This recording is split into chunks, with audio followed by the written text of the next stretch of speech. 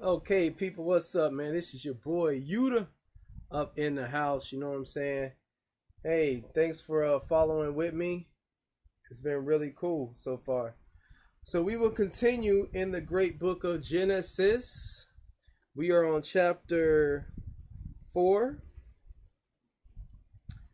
So we see that Adam and Eve have been driven out of the Garden of Eden.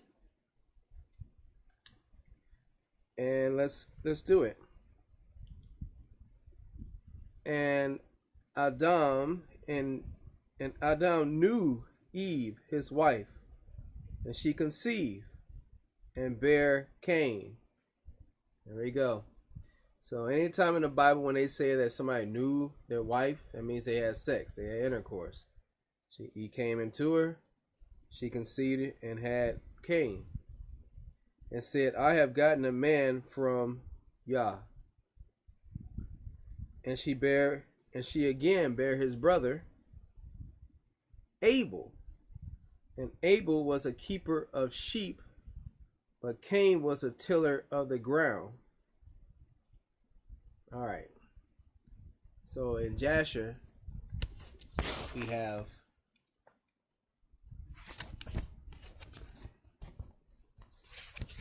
in Jasher 1, chapter 1, verse 12, it says, And Yah, the Almighty, drove them that day from the Garden of Eden to till the ground from which they were taken. And they went and dwelt at the east of the Garden of Eden. And Adam knew his wife Eve, and she bore 2 sons, Cain and Abel, and 3 daughters. Oh, the Bible doesn't mention anything about daughters. Oh yeah? Well, you're right. So where does Cain find that? Where does Cain find that woman? Huh? Now we know. Now let's continue. And she called the name of the firstborn Cain, saying, I have obtained a man from Yah. And the name of the other she called Abel, for she said, in vanity we came into the earth, and in vanity we shall be taken from it. Ah. Let's continue reading in Jasher. And the boys grew up, and their father gave them a possession in the land. And Cain was a tiller of the ground, and Abel a keeper of sheep. Now let's go back to Genesis. Keep in mind, 2 boys, 3 girls. Ain't that something, huh? Wonder why they always try to keep these books secret. All right. Genesis chapter 4, verse 3. And in process of time it came to pass that Cain brought of the fruit of the ground an offering unto Yah. And Abel he also brought of the firstlings of his flock and of the fat thereof. And Yah had respect unto Abel and to his offering. So we read in Jasher 1 verse 14, well 1 verse 15. And it was at the expiration of a few years that they brought an approximating offering to Yah. And Cain brought from the fruit of the ground, and Abel brought from the firstlings of his flock, from the fat thereof. And the Most High turned and inclined to Abel and his offering, and a fire came down from Yah from heaven and consumed it. Look at that. Verse 16. And unto Cain and his offering Yah did not turn, and he did not incline to it, for he had brought from their inferior fruit of the ground before Yah. See, this guy just got the fruit of the ground, didn't even care and try to offer it up to Yah. And Cain was jealous against his brother Abel on account of this, and he sought a pretext to slay him. Now let's continue in Genesis 4, verse 5. Verse 5, right? But unto Cain and to his offering he had no respect. And Cain was very wroth, and his countenance fell. And Yah said unto Cain, Why art thou wroth?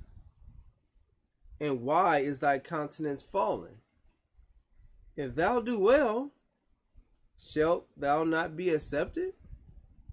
And if thou doest not well, sin lieth. Here's the first time we see that word. Sin lieth at the door. So see, the Most High knows good and evil, man. He already knows. That's why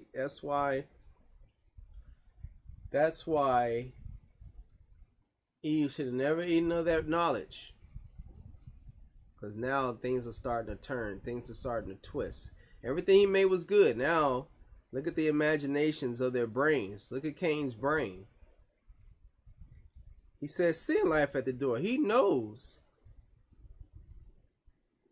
All you got to do is do well. You know what I'm saying? And unto thee shall be his desire, and thou shalt rule over him. Cain's gonna let this just digest in him, and it's gonna take over him. And Cain talked with Abel his brother. And it came to pass when they were in the field that Cain rose up against his brother and slew him. Now, this is one of the coolest things about the book of Jasher. So let me read this book of Jasher to you. Here's my book of Jasher. And let me give you the whole story of what happened. Jasher 1 verse 17. And in some time after, Cain and Abel his brother went one day into the field to do their work. And they were both in the field, Cain tilling and plowing his ground, and Abel feeding his flock. And the flock passed that part which Cain had plowed in the ground, and it sorely grieved Cain on this account. So paint the picture. We got Abel, walking through with his sheep, right? He's walking through with his sheep. And we have Cain tilling the ground, and this sheep is walking over Cain's plowing, his tilling. You know what I'm saying? So now he's ticked off. Verse 18. And Cain approached his brother Abel in anger. Look at these emotions. Look at these emotions. And he said unto him, What is there between me and thee, that thou comest to dwell and bring thy flock to feed in my land? See? Look at that. Look at this, man. Look at this. Look at his emotions. Look at the things that's coming out in him. Verse 19. And Abel answered his brother Cain and said unto him, What is there between me and thee, that thou shalt eat the flesh of my flock, and clothe thyself with their wool? See? So Cain, man, he's getting mad at Abel, first of all, because the Most High accepted his offering. And now, at the same time, the same sheep that's treading over his tilled ground are the same sheep that he's eating from and clothing himself with. He's taking the wool from the sheep and he's eating lamb chops and everything. But as soon as they come running over his land, he gets ticked off. Verse 20. And now therefore put off the wool of my sheep. So here we go. Now we got two siblings arguing with each other. Now therefore put off the wool of my sheep with which thou hast clothed thyself, and recompense me for their fruit and flesh which thou hast eaten. And when thou shalt have done this, I will then go from thy land as thou hast said. So Abel was like, man, we should be sharing. Why you get this, man? You wearing the clothes that come off my sheep. You having lamb chops and everything, and you want to get mad at me. Well, just take off that stuff, man. You don't want me on your land, and take off that stuff. Give me my sheep, give me my lamb chops, give me all that stuff back. Verse 21. And Cain said to his brother Abel, surely if I slay thee this day, who will require thy blood from me? Look at that. Look at that. Look at Cain's mind. Cain talking about killing somebody. Murder. Evil. Sin. Brought into the world, knowing good and evil. Verse 22. And Abel answered Cain, saying, surely the Almighty, who has made us in the earth, he will avenge my cause, and he will require my blood from thee, shouldest thou slay me. For Yah is the judge and arbiter, and it is he who will require man according to his evil, and the wicked man according to the wickedness that he may do upon earth. See, Cain and Abel, Adam and Eve, and the 3 daughters already knew about good and evil. That was brought into this world. As soon as Eve started wanting to become a goddess or whatever she was trying to do, that was brought in. Now they know good and evil. And lest they didn't drive them from there, the Malachim drove them from Eden, they would have been immortal too. And when Cain, verse 23,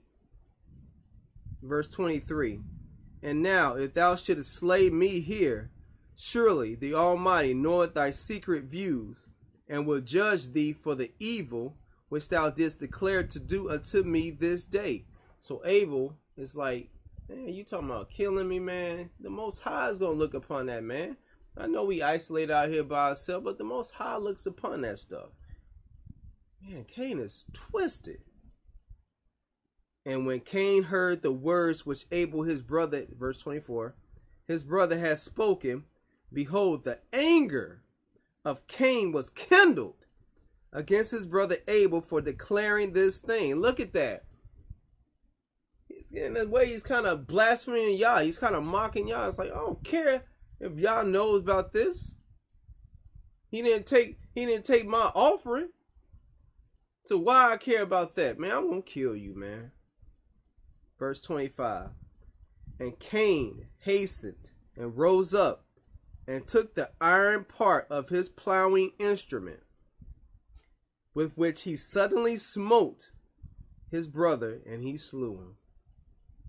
And Cain spilt the blood of his brother Abel upon the earth, and the blood of Abel streamed upon the earth before the flock. Your first murder, ladies and gentlemen. Your first murder. Cain took his instrument, his plowing instrument, the metal part. Tell me how they knew how to do this metal, but I got a feeling I know how he got the metal and stuff, and we'll go into that later. But he took this metal and he slayed his brother. That's how he killed him. Let's continue, verse 26. And after this, Cain repented. Now he's like, oh my God, what have I done? Having slain his brother, and he was sadly grieved. Look at his emotions. He goes from anger to grievance. And he wept. He even cried over him, and it vexed him exceedingly. It vexed him. It had him tired. And the Most High told him, if you do good, you will be accepted. But if you do bad, it's going to consume you. And the Most High, and guess what? Cain let that anger consume him. And Cain rose up and dug a hole. Look at this. And Cain rose up, verse 27. And Cain rose up and dug a hole in the field, wherein he put his brother's body, and he turned the dust. Look at this. And he even tried to cover it up. He spilled his brother's blood, overturned the earth. I mean, put his brother's body down there and buried his brother, and then put the dust over it. Not a proper burial. I know, I get it. I get the whole to dust we gonna return, but man, he put it to a whole different thing. He didn't even give him a burial. He just turned to dust. He's like, hey, peace. Verse 28. And Yah knew what Cain had done to his brother. And Yah appeared to Cain and said unto him, where is Abel thy brother that was with thee? And we gonna stop right there, man. That, ladies and gentlemen, is the story of the first murder in the Bible, Cain and Abel, how it came to be. The Bible tells of it, but Jasher goes a little bit deeper into it. And now you know how he was killed. Now you know why he was killed. You know what I'm saying? Man, I hope you guys enjoyed that, man. It's going to be a great time teaching you guys and you guys learning with me, man. It's going to be awesome, okay?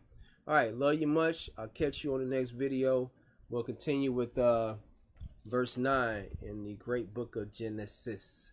Shalom, shalom, shalom.